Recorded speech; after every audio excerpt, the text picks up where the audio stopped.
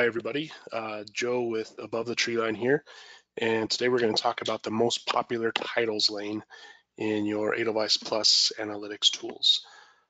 Keep in mind that any of the tools shown in the analytics page or even the analytics page itself is only available for Summit subscribers.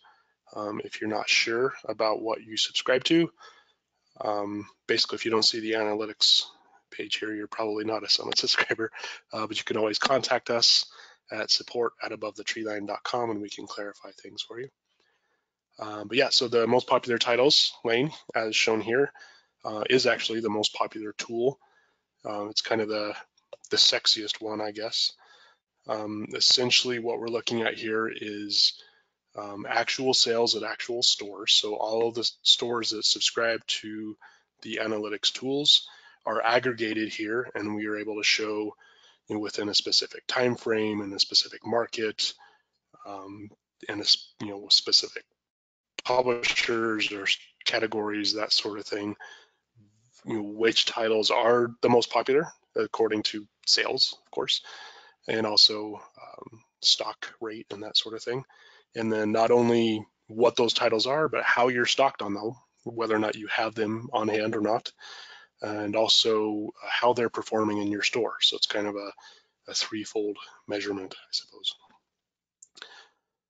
So what we have here is, again, the most popular titles, and just like with all the tools, for the most part on the analytics page, you'll see a little gear icon here, which is where you can set lane preferences. And from here, you can set which market you're going to look at. US indie booksellers is going to be the entire US trade market, and we'll show, across regions, all sizes and philosophies, basically. You can also see Christian booksellers, libraries, UK booksellers, French booksellers, and then, of course, the regional organizations are represented here too as well. So, if you're a Mountains and Plains store, you can see what's moving at Mountains and Plains stores, which can be a great thing. There are times where you kind of will see the same thing across all markets, like with fiction. Actually, that's usually kind of the case, but with stuff like history or gardening, those are really regionally specific, and I would definitely want to look at a regionally specific filter for those. But we're just going to keep it at the whole country right now. You can look at various time frames, either the current month, so right now this is being recorded in March, and so you can see what's happening in March. Then you can go 2, 3, up to 12 months back, so you can get kind of a longer tail of what's happening around the market.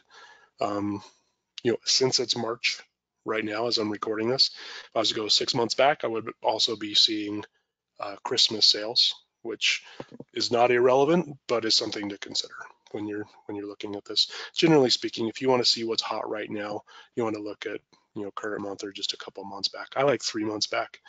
Always, it just kind of gives a nice rounded view of things. And the number of titles kind of depends on the size of your store and how much time you have. Not that you're going to necessarily want to go and look at every single one of these titles, but again, it just kind of depends on the scope that you would like to look at. I always like to put the minimum on hand here at 0 so I can see what I'm missing. You can have it say, minimum on hand of 1 copy, and you'll see what's moving well everywhere that you have on hand, which is fine, but really what we're looking for here mostly is trying to find what we're missing more than anything else. One of the unfortunate truths of being a book buyer is that you can miss stuff. It's just how it goes. Whether you missed it in front list or it's sold and you didn't catch that during your reorders, wholesale orders or whatever you're doing, and so a title that should be on the shelves because it's selling great just kind of disappears. And this is a great way to catch those, and it's of course based on its overall popularity around the marketplace, which actually brings up another point. Oftentimes we hear my store is a special snowflake and it doesn't matter to me what other stores are selling, and that's great and true with, you can hear me laughing a little bit in my voice, but I think yes, and you're buying books from the same place as everybody else. So special in the mix that you have, but also it is the mix more than the specialness and uniqueness of specific titles, unless we're talking about local authors and such. So when you're doing this, I like to think that if you see that the Twyla Tharp title that's showing here is moving really well, but for whatever reason you don't like Twyla Tharp, and you just don't want to carry the book, that's your decision, and it's doing well everywhere else. So keep that in mind. You're making a conscious decision based on more information than you had previously, and your inexplicable dislike for somebody can maybe be explained later on. So your other options in here are setting the shelf days, which is basically how each of the slices of pie here are designated as fresh, stable, stale, not in and on order, or out, or not in stock here. So again, what we're seeing here, top 500, for this particular store, it's our demo store here. They're doing really well with 300, say over 60% of all these titles they're doing great with. And to be honest, I wouldn't even look at those. You have a lot on your plate. These are doing great. Let them continue to do great. The stable ones I might look at, but for the most part, I would let those go as well. What I would really want to see here are the blue, which are the stale titles, and then the red titles, which are ones that are not on hand. So if we look at those red titles, essentially what we're looking at are, again, titles that are doing great all around the market that you don't have. And it could be you don't have them for a reason. It would make sense to not be carrying Dasher right now in the springtime. But some of these probably fell off, I would think. Again, you can scroll through here. You can see, various pieces of information about each one, the publisher, when it was published, when you last sold this title, which was back in December. If this is a title that you do want to bring on, you can do what I just did and click on the title itself and see this great title by Toni Morrison. You see the basic bibliographic information here, speeches and whatnot. But from here, you can also see peer data, which will show you a little bit about how exactly this title is selling around the country here. And you can also go to orders, and you can just toss this onto an existing order if you like. If you don't have an active order that's that works for this particular title, you can go ahead and create an order as well. So nice and super easy there. But again, you would want to go through this list. It's 11 titles. It's going to take you 30 seconds to go through this list. But you can see which titles are showing and make a decision pretty quickly on whether or not you want to bring those in, or if you know that they're on a separate, like, unsent PO or whatever you have going on. Usually a buyer's going to know that sort of thing pretty quickly. You can also look at the stale titles. So these are going to be titles that basically everybody's selling well except for you. Like, that's an oversimplification. But they're titles that are considered in the top 500 selling titles around the country. And you can see, the Horse Museum here. You have 7 copies on hand, last received back in November. My guess for this particular one, because it's Dr. Seuss and all that, is that it's not displayed well. So, maybe just throw it on an end cap, or just, make sure it's more visible, and they'll probably move. But it's a good reminder that, like, hey, there's a new Dr. Seuss book that we're not moving at all. We we should probably take a look at that.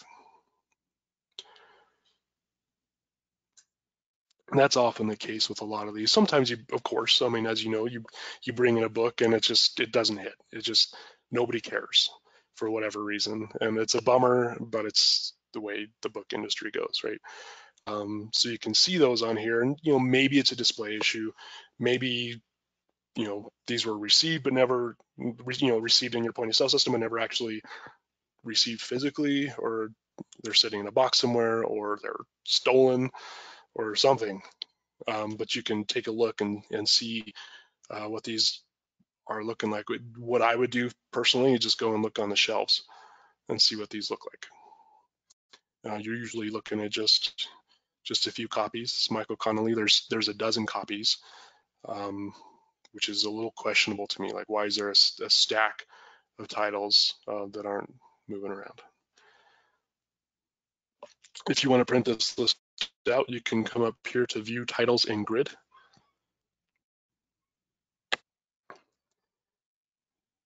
And you can sort this however you like, sort it by sales or by author, that sort of thing. But then you can come up here, select all and other actions, and then go down to export to file. And I would do the analytics lean format, create that file. And you can see a pretty nice, easy Excel file that you can play with. I usually end up expanding some of these columns and stuff, but then you just can take this and take it to the shelf and see what's going on with those titles. It's super easy. Personal stuff there. Yeah, so good, nice and easy sort of things there. With this particular grid here, the graph, you can also apply a publisher or imprint filter to it, or a BISAC category filter. You cannot apply a point of sale category filter to this, simply because this is taking those the BISAC categories and throwing them. You might put a Dr. Seuss's Horse Museum book in a horse section for some reason instead of kids section, but that's fine. It's your store. You can put it where you want. But the industry itself has standardized places to categorize things. So that's what we're looking at here. So if you do select a point of sale category, you're going to see custom categories are not applicable for this analysis. So that's just a reminder to you to use the industry-wide categories. So again, BISAC, if you want to see what history titles are doing the best around the industry, you click in there. See not only what those titles are, but how you're stocked on them and how you're doing with them. What am I missing in history? This is a great one if you have employees who are responsible for certain areas of the store. They can set up their own saved filters, which is segue into the next thing here. But you can go in and see how their section of the store is doing, which is nice. And I always like to say too, if you're not a history reader, you concentrate on literary fiction for the most part, and you're just not interested in history for whatever reason, you don't have to be an expert on it. You can kind of come in and crowdsource that and see what your colleagues are doing. But you can come in here. I'm going to clear this refinement out. But on this graph, you can apply a save filter. So a save filter generally is one, it's either a more complex filter, or it's one that there's one that's for kids only. So you can say, I only want to see kids books. I don't need to see, history or literary fiction or whatever. So you can check those out. You can also, look at just literary classics or just HarperCollins or just Bibles or just titles that come out next week, which for the most popular titles wouldn't be that useful. But you can create your own filters. There are a number of genre filters that we've kind of pre-created here. So, whether it's board books or cooking or historical fiction, that sort of thing. You can really quickly go in and just see, for historical fiction, show me what I got, show me what I don't have. I almost said don't got, which would have been horrible, but then I said it anyways.